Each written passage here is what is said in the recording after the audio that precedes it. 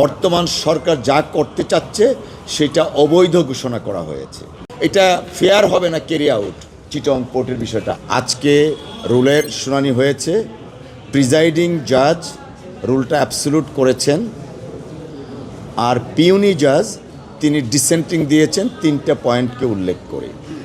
So আমরা দীর্ঘদিন যাবৎ এই মামলাটা শুনানি করেছিলাম।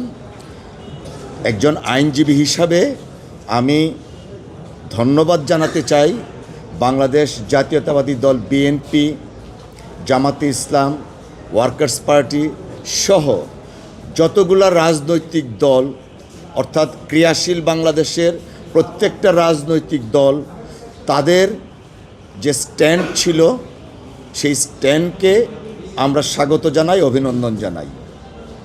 সেই সাথে বিভিন্ন পত্রপত্রিকায় সব প্রণোদিত হয়ে যারা রিপোর্ট করেছিলেন তাদের প্রতি রইল কৃতজ্ঞতা, এবং অনেক এক্সপার্ট এই বিষয়ে অনেক লিখনির মাধ্যমে আমাদের সাবমিশনকে সমৃদ্ধ করেছিলেন, তাদের প্রতিও আমাদের কৃতজ্ঞতা থাকবে।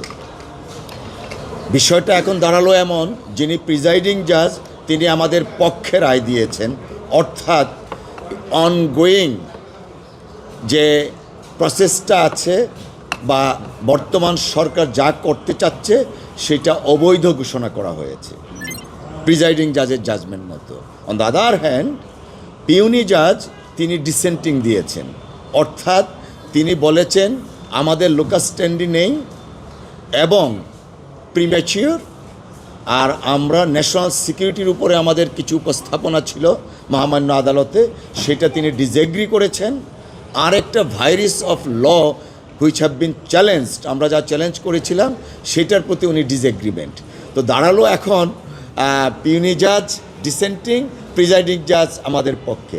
তো এখন প্রসিডিউরাল ম্যাটার হচ্ছে this matter will be referred to honourable chief justice. তিনি একটা তৃতীয় বেঞ্চে পাঠাবেন, সেই বেঞ্চে আবার শুনানি হবে। একজন আমার কাছে মনে হয় ইট উইল বি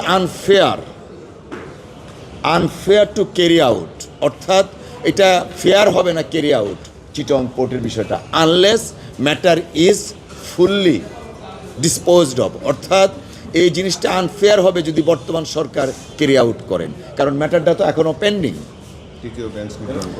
মহামান্য মাননীয় চিফ জাস্টিস যখন তৃতীয় বেঞ্চ নির্ধারণ করবেন সেই বেঞ্চে আবার পূর্ণাঙ্গ শুনানি হবে, শুনানির পরে গিয়ে একটা ফাইনাল জাজমেন্ট আসবে। যেহেতু মিনহোয়াইল একটা প্রিজাইডিং জাজ উনি এটাকে ডিক্লেয়ার করেছেন ইলিগ্যাল হিসাবে, যে কারণে এটা আমি বলছি আনফেয়ার হবে এই প্রজেক্টটাকে ক্যারি অন করা অ্যাট দিস স্টেজ। না, এটা তো লিগ্যাল প্রসিডিউরে হতেই পারে, যখন একটা রুল দেয়া হয় রুলে তো সব কিছু এভিডেন্স ডকুমেন্টেশন আসে না, রুলটা দেয়াই হয় দুই পক্ষকে শুনানির জন্য। সো দুই পক্ষকে শুনানো করানোর হয়েছে, এই ব্যাপারে কোনো বক্তব্য নয়, this is the normal procedure.